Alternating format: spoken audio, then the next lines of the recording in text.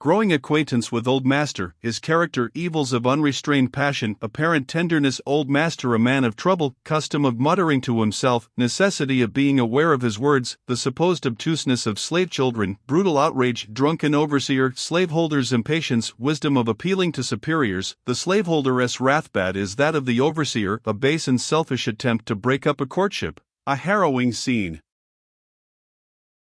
Although my old master, Captain Anthony, gave me at first, as the reader will have already seen, very little attention, and although that little was of a remarkably mild and gentle description, a few months only were sufficient to convince me that mildness and gentleness were not the prevailing or governing traits of his character.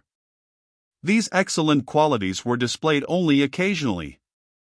He could, when it suited him, appear to be literally insensible to the claims of humanity, when appealed to by the helpless against an aggressor, and he could himself commit outrages, deep, dark and nameless. Yet he was not by nature worse than other men. Had he been brought up in a free state, surrounded by the just restraints of free society, restraints which are necessary to the freedom of all its members, alike and equally, Captain Anthony might have been as humane a man, and every way as respectable, as many who now oppose the slave system, certainly as humane and respectable as are members of society generally. The slaveholder, as well as the slave, is the victim of the slave system. A man's character greatly takes its hue and shape from the form and color of things about him. Under the whole heavens there is no relation more unfavorable to the development of honorable character than that sustained by the slaveholder to the slave. Reason is imprisoned here, and passions run wild. Like the fires of the prairie, once lighted, they are at the mercy of every wind, and must burn, till they have consumed all that is combustible within their remorseless grasp. Captain Anthony could be kind, and, at times, he even showed an affectionate disposition.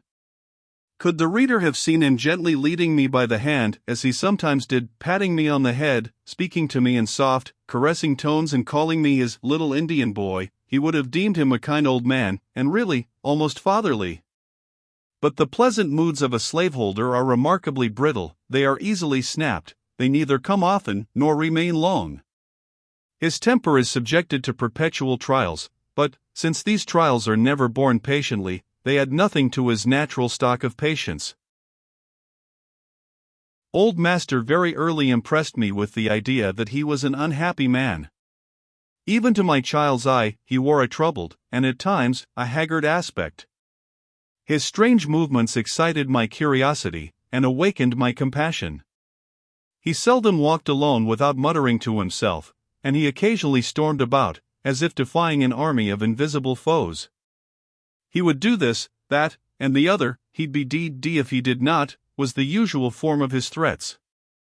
Most of his leisure was spent in walking, cursing and gesticulating, like one possessed by a demon.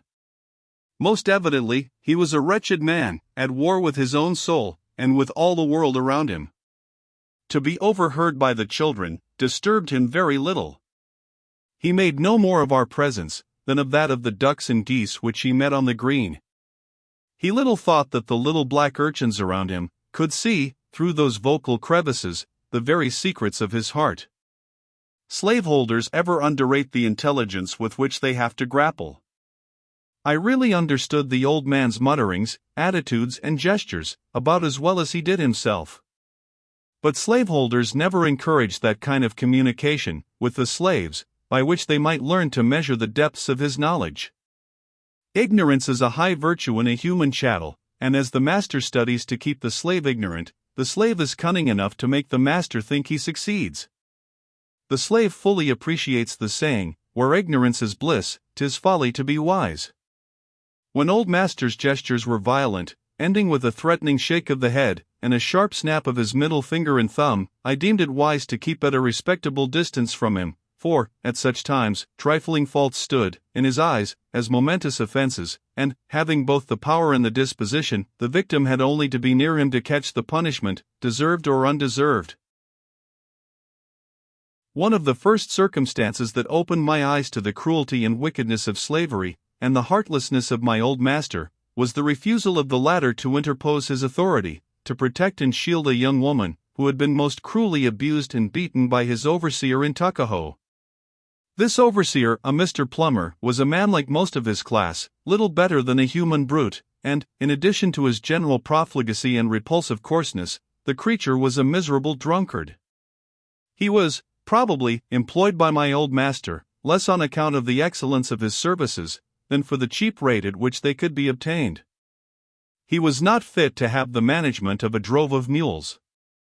In a fit of drunken madness, he committed the outrage which brought the young woman in question down to my old master's for protection. This young woman was the daughter of Milly, an own aunt of mine. The poor girl, on arriving at our house, presented a pitiable appearance. She had left in haste, and without preparation, and, probably, without the knowledge of Mr. Plummer. She had traveled 12 miles, barefooted, bare-necked, and bareheaded. Her neck and shoulders were covered with scars, newly made, and not content with marring her neck and shoulders with the cowhide, the cowardly brute had dealt her a blow on the head with a hickory club, which cut a horrible gash, and left her face literally covered with blood. In this condition, the poor young woman came down, to implore protection at the hands of my old master. I expected to see him boil over with rage at the revolting deed, and to hear him fill the air with curses upon the brutal Plummer, but I was disappointed. He sternly told her, in an angry tone, he believed she deserved every bit of it, and, if she did not go home instantly, he would himself take the remaining skin from her neck and back. Thus was the poor girl compelled to return, without redress, and perhaps to receive an additional flogging for daring to appeal to old master against the overseer. Old master seemed furious at the thought of being troubled by such complaints. I did not, at that time, understand the philosophy of his treatment of my cousin. It was stern, unnatural, violent. Had the man no bowels of compassion? Was he dead to all sense of humanity? No. I think I now understand it. This treatment is a part of the system, rather than a part of the man. Were slaveholders to listen to complaints of this sort against the overseers, the luxury of owning large numbers of slaves would be impossible. It would do away with the office of overseer entirely, or, in other words, it would convert the master himself into an overseer. It would occasion great loss of time and labor, leaving the overseer in fetters, and without the necessary power to secure obedience to his orders. A privilege so dangerous as that of appeal is, therefore, strictly prohibited, and anyone exercising it runs a fearful hazard. Nevertheless, when a slave has nerve enough to exercise it, and boldly approaches his master, with a well-founded complaint against an overseer, though he may be repulsed, and may even have that of which he complains repeated at the time, and, though he may be beaten by his master, as well as by the overseer, for his temerity, in the end the policy of complaining is, generally, vindicated by the relaxed rigor of the overseer's treatment. The latter becomes more careful, and less disposed to use the lash upon such slaves thereafter. It is with this final result in view, rather than with any expectation of immediate good, that the outraged slave is induced to meet his master with a complaint. The overseer very naturally dislikes to have the ear of the master disturbed by complaints, and, either upon this consideration, or upon advice and warning privately given him by his employers, he generally modifies the rigor of his rule, after an outbreak of the kind to which I have been referring. Howsoever the slaveholder may allow himself to act toward his slave, and, whatever cruelty he may deem it wise, for example's sake, or for the gratification of his humor, to inflict, he cannot, in the absence of all provocation, look with pleasure upon the bleeding wounds of a defenseless slave woman. When he drives her from his presence without redress, or the hope of redress, he acts, generally, from motives of policy, rather than from a hardened nature, or from innate brutality. Yet, let but his own temper be stirred, his own passions get loose, and the slave owner will go far beyond the overseer in cruelty. He will convince the slave that his wrath is far more terrible and boundless, and vastly more to be dreaded, than that of the underling overseer. What may have been mechanically and heartlessly done by the overseer, is now done with a will. The man who now wields the lash is irresponsible. He may, if he pleases, cripple or kill, without fear of consequences, except in so far as it may concern profit or loss. To a man of violent temper, as my old master was, this was but a very slender and inefficient restraint. I have seen him in a tempest of passion, such as I have just described, a passion into which entered all the bitter ingredients of pride, hatred, envy, jealousy, and the thrice sick for revenge. The circumstances which I am about to narrate, and which gave rise to this fearful tempest of passion, are not singular nor isolated in slave life, but are common in every slaveholding community in which I have lived. They are incidental to the relation of master and slave, and exist in all sections of slaveholding countries. The reader will have noticed that, in enumerating the names of the slaves who lived with my old master, Esther is mentioned. This was a young woman who possessed that which is ever a curse to the slave girl, namely, personal beauty. She was tall, well-formed, and made a fine appearance. The daughters of Colonel Lloyd could scarcely surpass her in personal charms. Esther was courted by Ned Roberts, and he was as fine-looking a young man as she was a woman. He was the son of a favorite slave of Colonel Lloyd. Some slaveholders would have been glad to promote the marriage of two such persons, but, for some reason or other, my old master took it upon him to break up the growing intimacy between Esther and Edward. He strictly ordered her to quit the company of said Roberts, telling her that he would punish her severely if he ever found her again in Edward's company. This unnatural and heartless order was, of course, broken. A woman's love is not to be annihilated by the peremptory command of anyone whose breath is in his nostrils. It was impossible to keep Edward and Esther apart. Meet they would, and meet they did. Had old master been a man of honor and purity, his motives, in this matter, might have been viewed more favorably. As it was, his motives were as abhorrent, as his methods were foolish and contemptible. It was too evident that he was not concerned for the girl's welfare.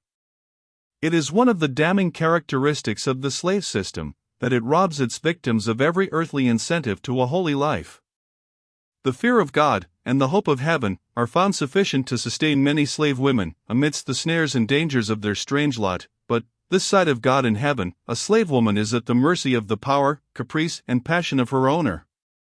Slavery provides no means for the honorable continuance of the race.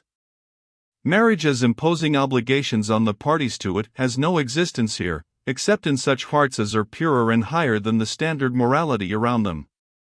It is one of the consolations of my life, that I know of many honorable instances of persons who maintained their honor, where all around was corrupt. Esther was evidently much attached to Edward, and abhorred, as she had reason to do, the tyrannical and base behavior of old master. Edward was young, and fine-looking, and he loved and courted her. He might have been her husband, in the high sense just alluded to, but who and what was this old master? His attentions were plainly brutal and selfish, and it was as natural that Esther should loathe him, as that she should love Edward. Abhorred and circumvented as he was, old master, having the power, very easily took revenge. I happened to see this exhibition of his rage and cruelty toward Esther. The time selected was singular. It was early in the morning, when all besides was still, and before any of the family, in the house or kitchen, had left their beds. I saw but few of the shocking preliminaries, for the cruel work had begun before I awoke.